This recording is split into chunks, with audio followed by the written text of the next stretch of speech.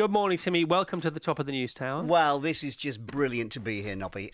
Absolutely loving this, and it's great to share this occasion with you. Right, so let me ask you this first of all. Was teaching me how to do this for a living and then coming down to London and launching a legendary kids' TV show and then becoming a professional painter and then riding the El Camino Trail, the pilgrimage, was that always the plan? No. Wouldn't it be great if it was that simple? And having a number one in between it all yes, as well. Thank you very much. Yes, don't forget that. Yes. I don't know. Opportunities come your way, don't they? Yeah, and there's a lovely phrase that came to me when I was cycling the Camino. Somebody said, dream big and your life can be big. Yeah. It doesn't mean it definitely will be.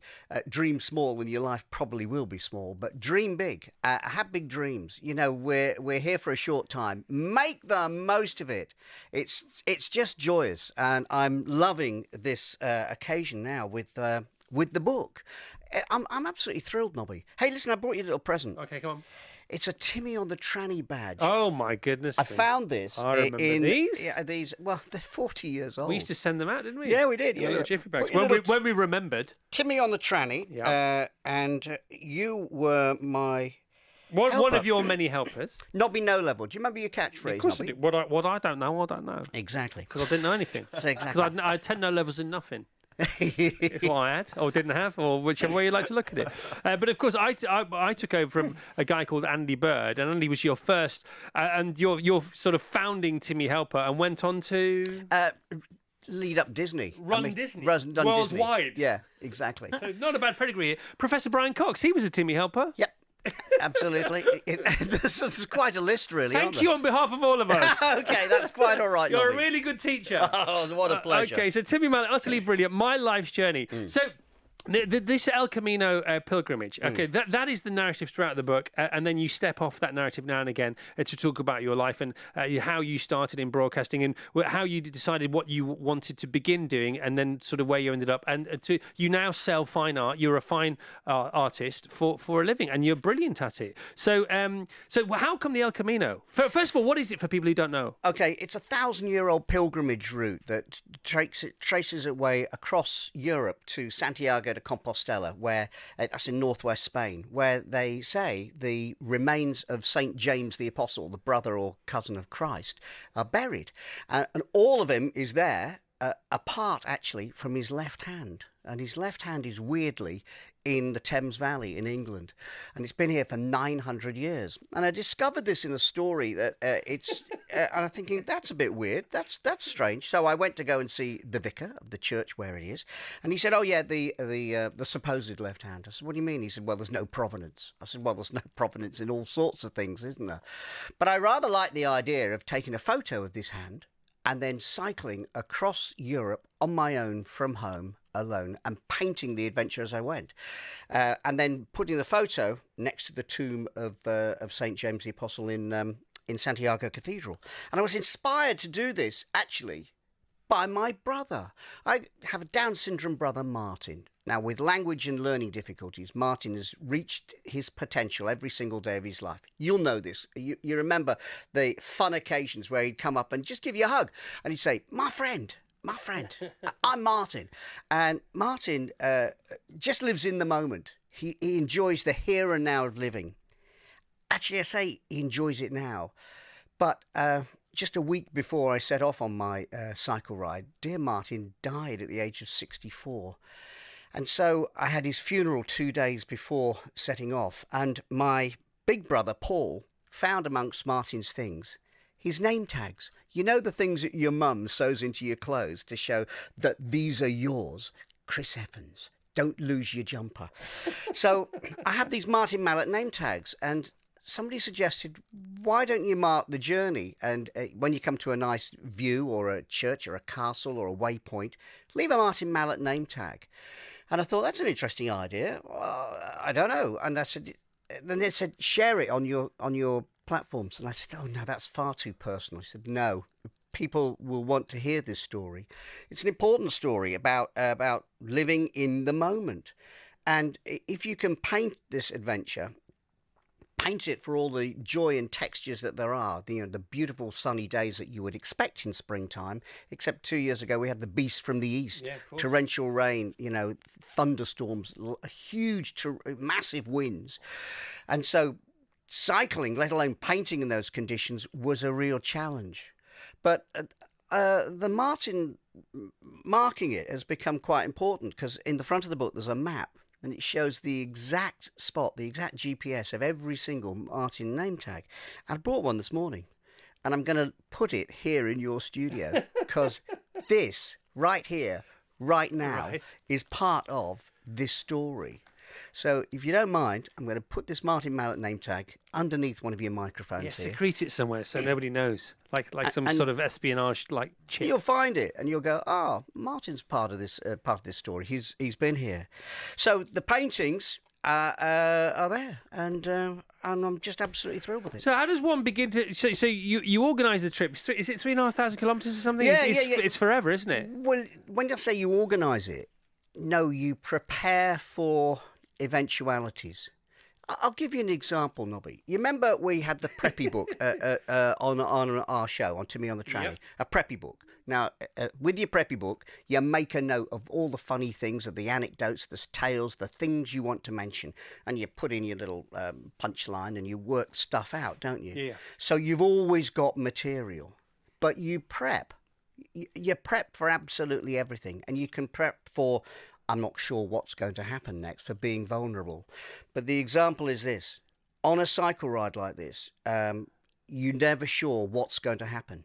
If you're hungry now, you go to the fridge. Open up the fridge, and fine. If you're tired, you head to your bed. But how about this? I come out of the driveway of my house, 50 metres, and I make my first decision. Left or right?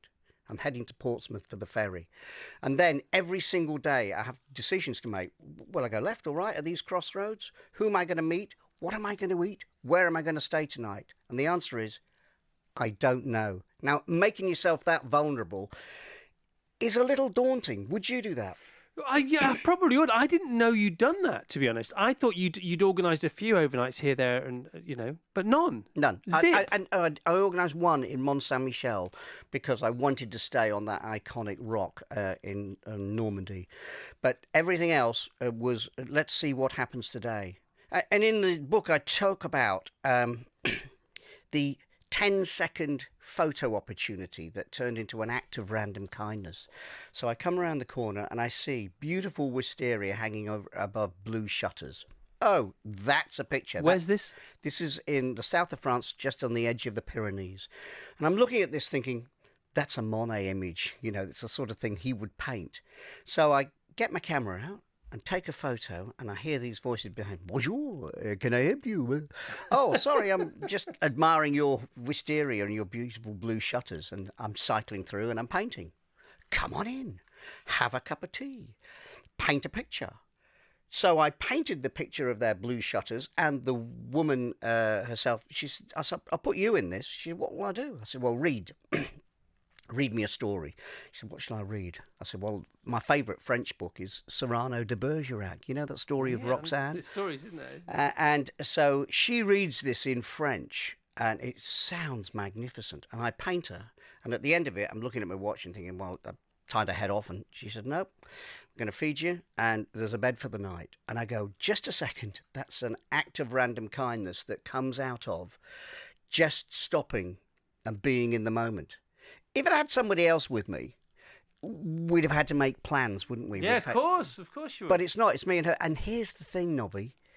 Monelle is coming to London today for my book launch. Oh, wow. She's flying in from the foothills of the Pyrenees just for this. I'm absolutely gobsmacked and touched beyond all. I think, oh my goodness me, that meeting of somebody and that resonance is joyous. Timmy, lots of people texting in already. We haven't asked for any text, but they're texting in anyhow, which is always lovely. Please don't let Timmy leave. This is fascinating. Such great memories of radio growing up, hearing his voice again.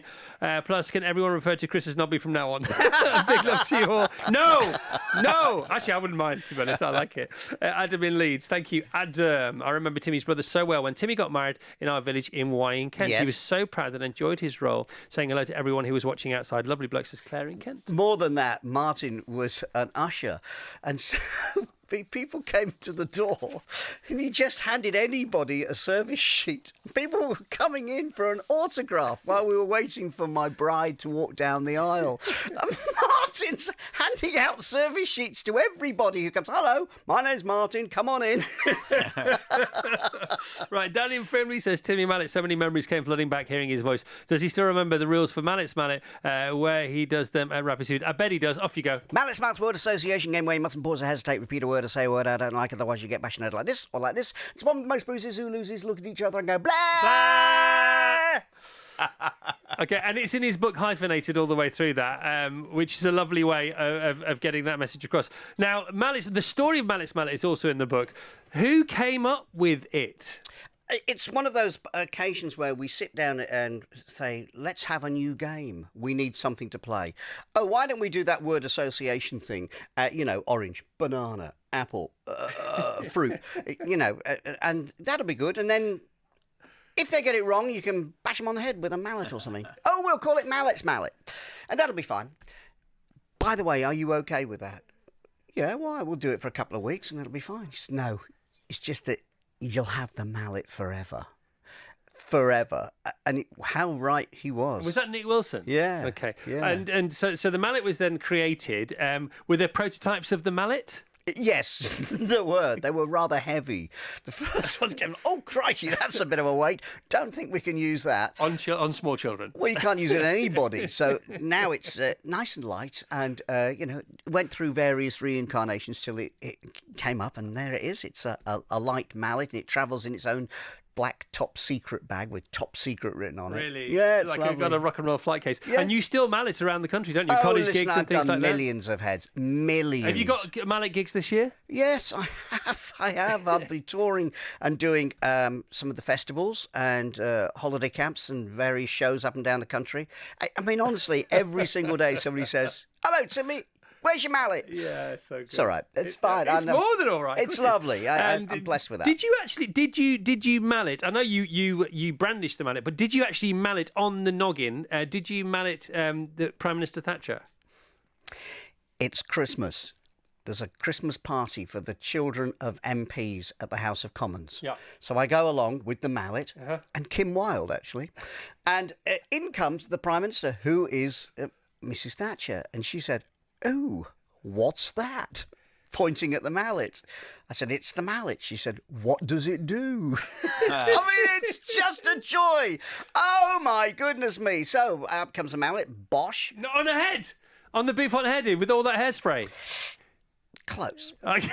Okay, close, but not quite.